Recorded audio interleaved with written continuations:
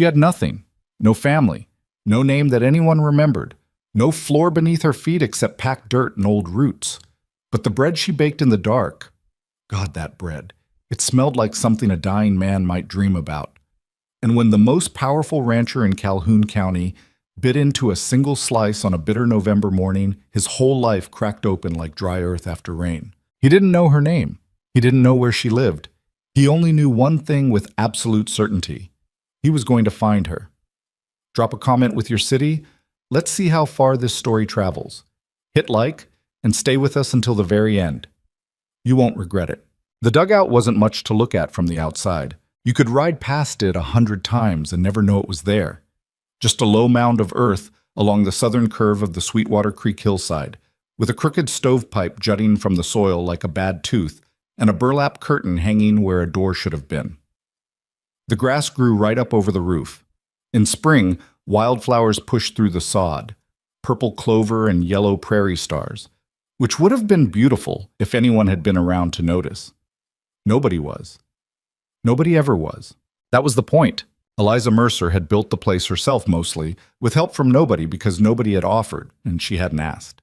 She was 22 when she started digging, fresh off a wagon that had dropped her at the edge of the county with $40, a cast iron pot, a sack of flour, and the particular kind of grief that doesn't have a name because it's too large and too complicated to fit inside a single word. 2 years later, she was 24, and the $40 was long gone. But the pot was still there, the flour was replenished regularly from what little she earned, and the grief had been packed down into something dense and quiet that she carried in her chest like a stone she'd simply gotten used to. She didn't think of herself as resilient.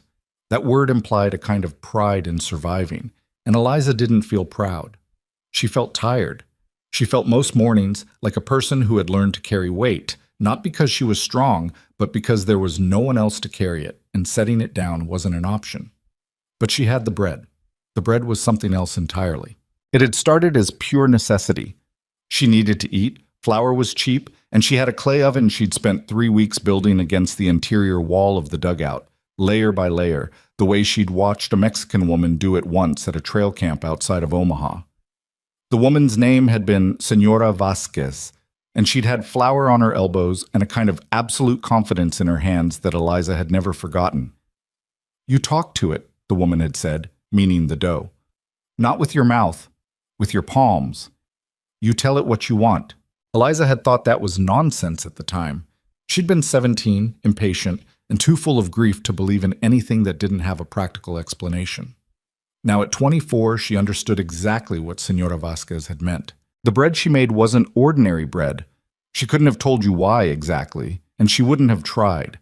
It wasn't the ingredients, flour, water, salt, a sourdough starter she'd been keeping alive for 2 years, feeding it every morning like a small and demanding pet. The ingredients were simple. It was something in the process. The way she felt the dough change under her hands, the way she read it without thinking, the way she'd learned to judge heat not by temperature, but by how the air inside the small dugout felt against the back of her wrist. She baked in the pre-dawn dark, usually, because the oven needed hours and she couldn't afford to waste daylight hours on anything but the outdoor work. Hauling water, mending the sod walls where they cracked, tending the 3 scrawny chickens she kept in a pen she'd reinforced twice. The loaves came out dark on the outside, dense and golden on the inside, with a crust that made a sound when you knocked it. A real sound. A solid knock, like a door you meant to come back to. The crumb was chewy and open, threaded with tiny bubbles that meant the starter was alive and the fermentation had done its work. The smell, when she pulled a loaf from the clay oven, was something she couldn't describe without embarrassing herself. It was warm and ancient and complicated and deeply, painfully human. She sold what she didn't eat herself. That was how she survived. Every 2 weeks, she walked the 4 miles into Harlow Creek with 2 loaves wrapped in cloth, sold them to whoever would pay, walked 4 miles back. People bought them, mostly without looking at her directly. She was that woman from the hillside, the one who lived in the ground like a mole, the one nobody quite knew the story of and nobody particularly wanted to ask about. She had accepted this. She had not, if she was being honest, entirely accepted this. But she had learned to act like she had, which was close enough to get through most days. The morning that changed everything started the way all her mornings started. She woke at 4 in the dark, feeling the cold that had begun to settle into the hillside as October thinned toward November. She lay on her narrow cot for a moment, listening to the particular silence of the prairie at that hour, the absence of sound that was somehow louder than sound, threaded through with the distant movement of wind over grass and occasionally the complaint of a coyote somewhere south of the creek. She got up. The fire in the clay oven had burned down overnight, and she spent 20 minutes coaxing it back, feeding the coals with the careful attention of someone who knew that if it went out completely, she'd spend an hour starting over. She had wood enough. She'd spent most of August splitting and stacking. But wood was always in the back of her mind because everything was always in the back of her mind. While the oven heated, she mixed the dough. She'd done it so many times that her hands moved independent of thought. She didn't measure anything. She'd measured once, at the beginning, and then gradually stopped as she came to understand that the recipe was less a set of numbers and more a set of conditions that changed every day, depending on the temperature, the humidity, the age of the flour, the mood of the starter. Today it was cold and dry. She added a little more water than usual, worked it in slowly, felt the dough go from shaggy to smooth to something that pushed back against her palms with a kind of stubborn elasticity. "All right," she said to it, quiet in the dark. "All right." She wasn't talking to the bread exactly. She wasn't sure who she was talking to. It had become a habit, this low, one-sided murmur while she worked, and she had decided long ago that there was nothing wrong with it. It was a long way from strange to spend 4 hours alone in a dirt room before the sun came up. You talked. You kept yourself company. She shaped 2 loaves by feel, tucked them under a damp cloth to proof, and went outside to see what the sky was doing. The sky was doing what Nebraska skies did in October, putting on a performance. The stars were still out, sharp and cold in a way they never were in summer, and the eastern horizon had just begun to consider the idea of morning, a thin gray line suggesting light without committing to it. The air smelled like frost and distant wood smoke and the particular dry emptiness of the open plains. She stood there for a while, her breath making small clouds, her arms crossed over her chest. This was the part of the day she didn't hate, the part before people and transactions and the specific weight of being someone that the world had categorized and shelved. Just the dark and the cold and the prairie stretching out in every direction, and the small circle of warmth behind her that was her home, imperfect and barely adequate and entirely hers. Then a rooster somewhere in the direction of town started up, faint and distant, and she went back inside to tend the oven. She brought the loaves into Harlow Creek that Thursday. She wouldn't have called it a bad day exactly. It was a gray day, the kind that pressed down flat on everything, and there was a bite in the wind coming off the river that meant the real cold wasn't far off. She walked with her head down and her wrapped loaves under one arm, the way she always walked. Not from shyness, exactly, but from the practical knowledge that looking down at the ground required less energy than looking up and acknowledging all the ways the world wasn't looking back at you. Harlow Creek was not an impressive town. It had the things towns in this part of Nebraska had: a general store, a livery, a saloon that also served as the only place to get a cooked meal, a church that leaned slightly east, a doctor who was drunk more often than not, and a post office run by a woman named Mrs. Dunleavy, who knew everyone's business and parceled information out like a currency she was always happy to spend. Eliza didn't go into most of these places. She went to the general store, where a man named August Pryor ran the counter, and she sold her bread to whoever happened to be there, or whoever August would point her toward. August was a quiet man who'd been kind to her exactly once. He'd let her run a small tab through a bad winter her first year, and who treated her now with a careful neutrality that she understood as respect, or at least the kind of respect that was mostly just leaving someone alone. That Thursday, she sold the first loaf within 10 minutes to a woman named Clara Bright, who ran the boarding house and had bought from her before.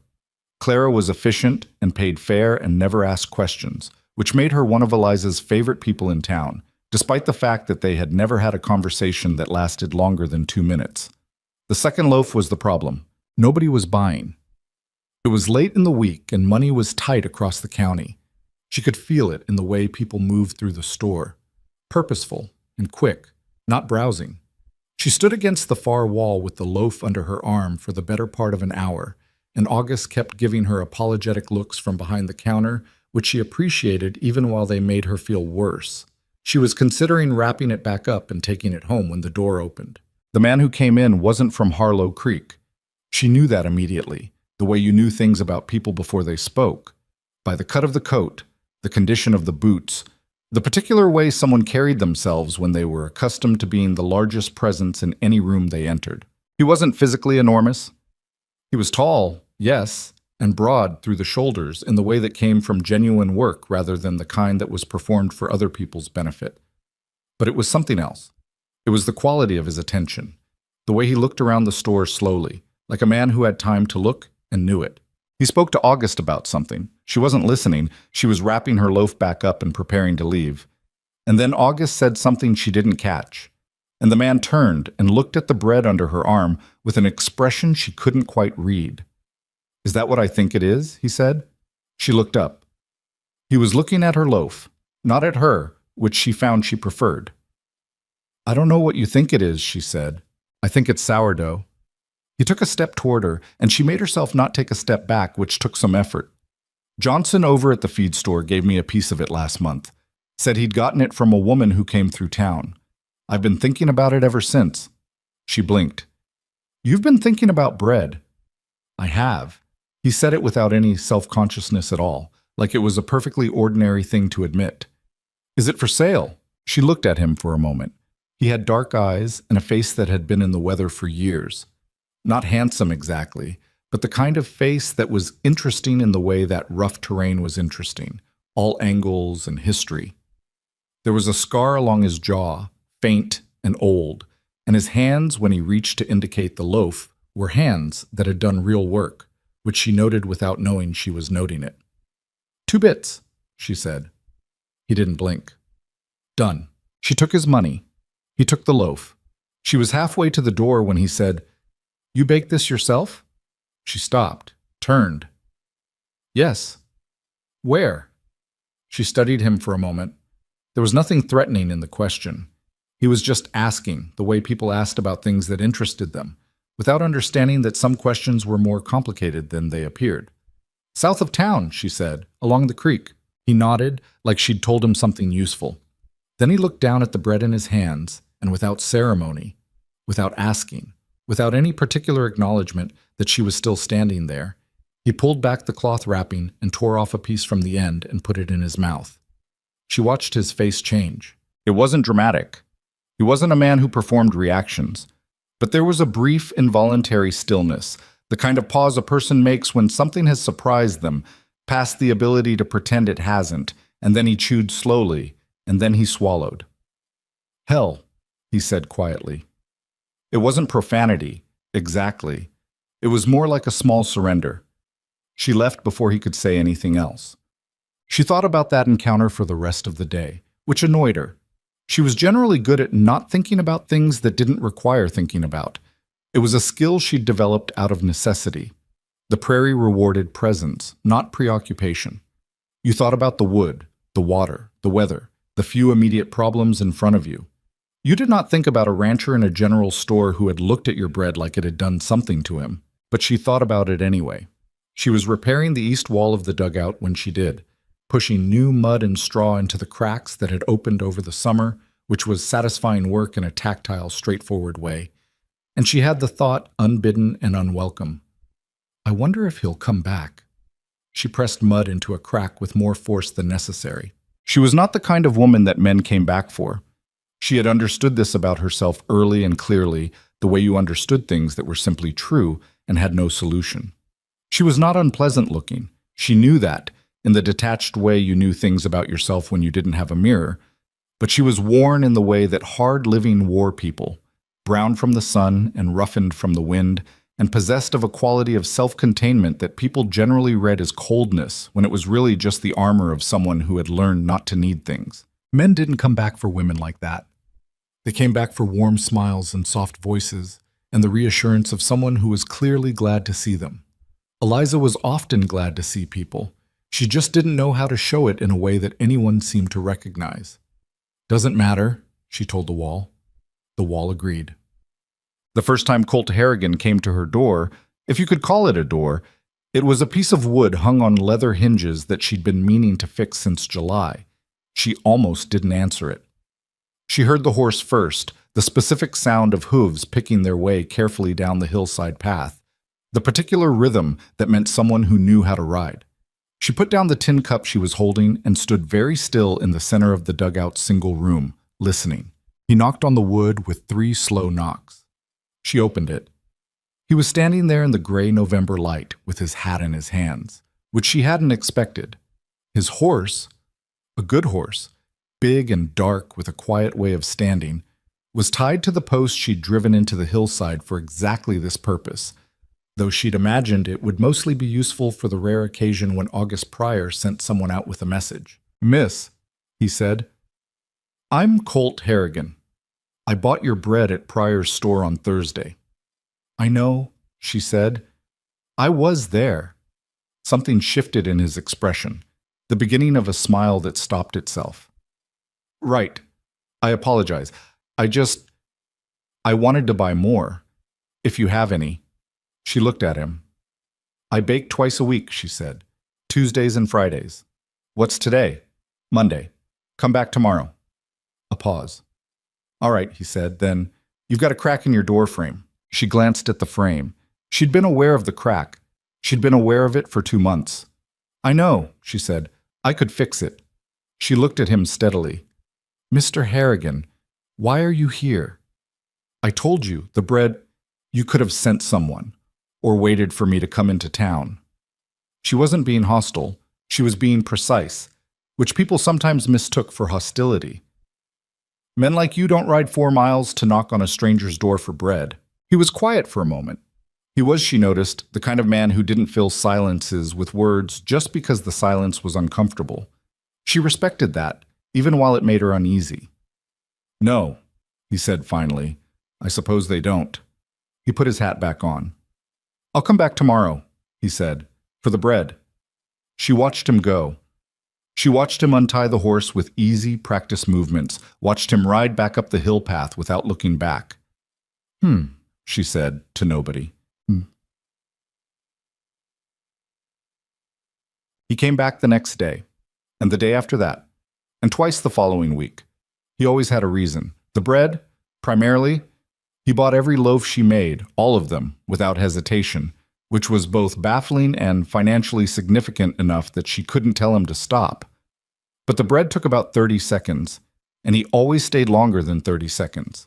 The first few times, he stayed because he found something to fix. The door frame. The place where the stovepipe had separated slightly from the roof fitting, letting cold air in.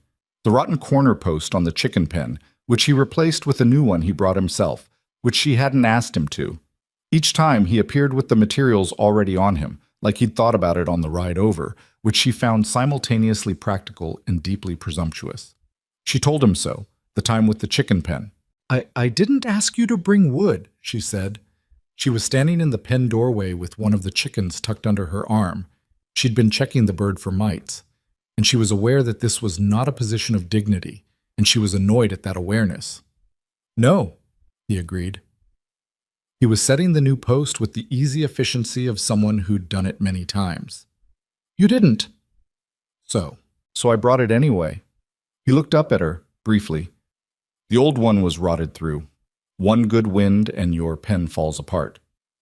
"I was going to fix it. Were you?" "Eventually." He went back to the post. "Now you don't have to." She stood there for a moment, the chicken shifting irritably in her grip. "Why do you do that?" "Fix things?" "Show up. Fix things. Buy all the bread."